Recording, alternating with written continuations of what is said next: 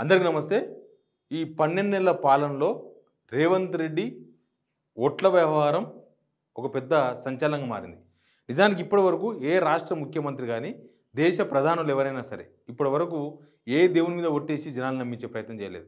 కానీ రేవంత్ రెడ్డి మాత్రం ఆయన ముఖ్యమంత్రి అయిన 4 నెలలకే దేవుళ్ళ మీద ఒట్లు, తెలంగాణలో ఉన్న ప్రముఖ దేవాలయాలు, దేవతలు, దేవుళ్ళు ఎవరిని వదలలేదు. అందరిపైన ఒట్లేసిండు. అది రుణమాఫీ విషయంలో ఒట్లేసిండు. తర్వాత ఇప్పుడు సోనియమ్మ సాక్షిగా అని చెప్తున్నారు. ఇట్లా తన మీద తను నన్ను నమ్మండి, నేనే మీకు గ్యారంటీ, నేనే మీకు చేస్తాను అని చెప్పే ప్రయత్నం చేయకుండా దేవతల పేరు చెప్పి, లేకపోతే సోనియా గాంధీ పేరు చెప్పి, లేకపోతే మంత్రులందరి పేరు చెప్పి, మంత్రుల సాక్షిగా కూడా అన్నారు మన మామనార్లో, మంత్రుల సాక్షిగా అని పేరు చెప్పి ఇట్లా వేరే వాళ్ళ మీద ఈ బర్డెన్ వేసే ప్రయత్నం చేస్తున్నారు. దీనికి ప్రధానమైన కారణాలు నేను ఒక మానసిక నిపుణులతో మాట్లాడినా. ఎప్పుడు మనం వేరే వాళ్ళ మీద వేరే వాళ్ళ గ్యారంటీ ఇస్తాం మనను అంటే ఆయన చెప్పిండు, బలహీనమైన మనస్తత్వం కలిగిన వ్యక్తులు అవతల వాళ్ళు బలంగా కనిపిస్తున్నప్పుడు, అంటే మనం బలహీనులం, అవతల వాళ్ళు బలంగా మనకు కనిపిస్తున్నప్పుడు ఆయన నన్ను నమ్మడేమో, అవతలైన పేరు చెప్పేసి పని కానిద్దాం అనుకున్నప్పుడు మాత్రమే అవతల వాళ్ళ మీద సాక్ష్యాలు చెప్పే ప్రయత్నం చేస్తాం. అమ్మతోడు అబ్బతోడు అనేది కామన్. కానీ దేవుళ్ళ మీద ఒట్లేయడం అనేది ఒక విపరీత చర్యగా తెలంగాణ సమాజం కూడా చూసింది. అంటే ఓట్ల కోసమో లేకపోతే జనాలను అంత బలవంతంగా నమ్మించాల్సినంత అవసరం ఏమొచ్చింది? అప్పటికి ప్రభుత్వం వచ్చి 4 నెలలు అయింది. 4 నెలలకే నరసింహస్వామి, లేకపోతే భద్రకాళమ్మ, లేకపోతే ఇంకొక తల్లి, పెద్దమ్మ తల్లి, ఇట్లా రకరకాల దేవుళ్ళ పేర్లు తెలంగాణలో ఉన్న అన్ని ప్రముఖ దేవాలయాలు, భద్రాద్రి శ్రీరాముతో సహా కలిపి అందరి మీద ఒట్లేసి జనాలను నమ్మించి ప్రయత్నం చేసిండ్రు. ఇది దానివల్ల ఆ తర్వాత ఆ హామీ ఏదైతుందో ఈ రుణమాఫీ హామీ సరిగా అమలు చేయకపోవడం, అప్పుడే కదా ఆయన చేస్తున్నది ఆగస్టు 15కే మొత్తం అందరికీ రుణమాఫీ చేస్తామన్నారు. అక్కడనే మాట తప్పింది. అక్కడి నుంచి మాట తప్పి ఆ మాట నిలబెట్టుకునే దిశలో తప్పటడు వేస్తూ లాస్ట్కు కింద పడిపోయింది రేవంత్ రెడ్డి. లేచి నిలబడలేకపోయిండు. కాబట్టి ఆ ఒట్లన్నీ కూడా ఫెయిల్ అయిపోయినాయి. ఆ ఒట్టు ఫెయిల్ అయిపోయినాయంటే దేవుళ్ళను మోసం చేసినని ప్రతిపక్షాలు ఆల్రెడీ స్టార్ట్ చేసినాయి. కానీ ఇది ఇంకొక కోణంలో చూస్తే రేవంత్ రెడ్డి దేవుని కూడా భయపడడు. దేవుణ్ణైనా మనుషులనైనా ఎవరినైనా ఆయన మాటలతోన ఆయన మెస్మరైజ్ చేయగలడు.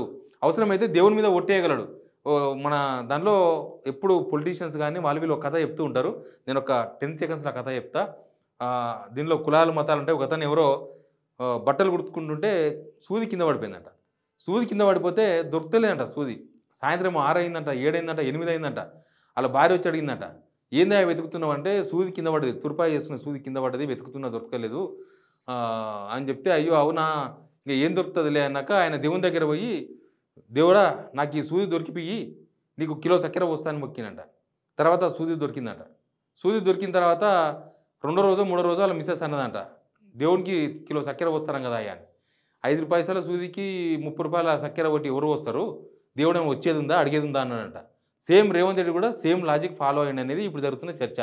ఇప్పుడు దేవతల మీద ఒట్టేసిండు కదా, రుణమాఫీ ఇట్లా చేసిండ్రు కదా, రుణమాఫీని అసంపూర్తిగా వదిలేసిండ్రు కదా, ఇప్పుడు ఏ దేవుడు ఏ దేవత వచ్చి తనని అడగడు అనేది రేవంత్ రెడ్డి నమ్మకం.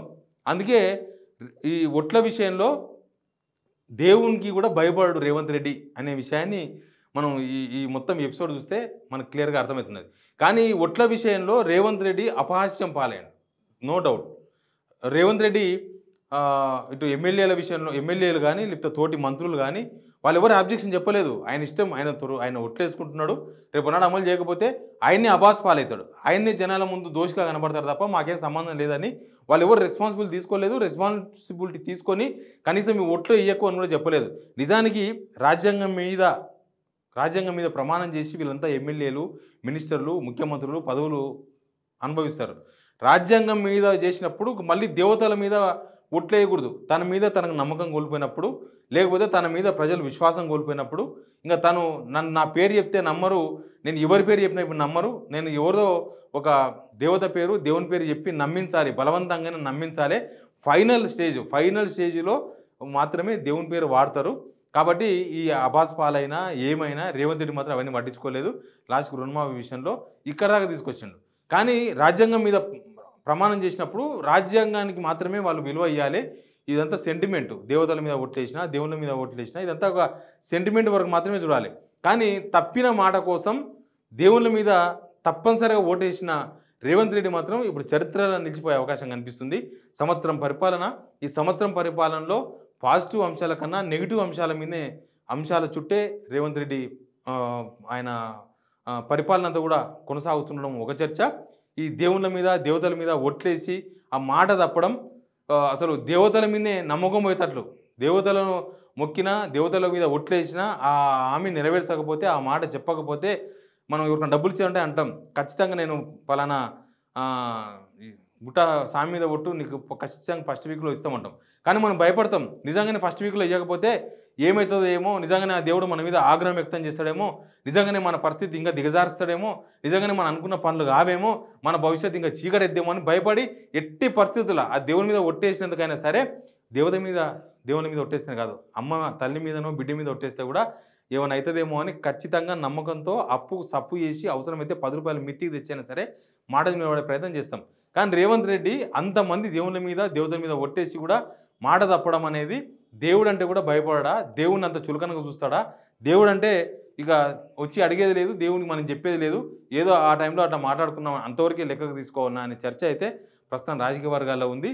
జనం కూడా ఈయన ఇప్పుడు దేవుళ్ళు అయిపోయినరు, నెక్స్ట్ సోనియా గాంధీ అన్నారు, నెక్స్ట్ ఇంక ఒట్టేనికే వేరే దేవతలు, వేరే దేవుళ్ళు, వేరే ఎవరు లేరు, ఇంక సంవత్సరానికే అందరిని వాడేసిండు, ఇంక 4 సంవత్సరాలు ఎవరి మీద సాక్ష్యాలు చెప్తాడు, ఎవరి మీద ఒట్లేస్తాడు అనేది ఒక ఇంట్రెస్టింగ్ చర్చ అయితే జరుగుతుంది.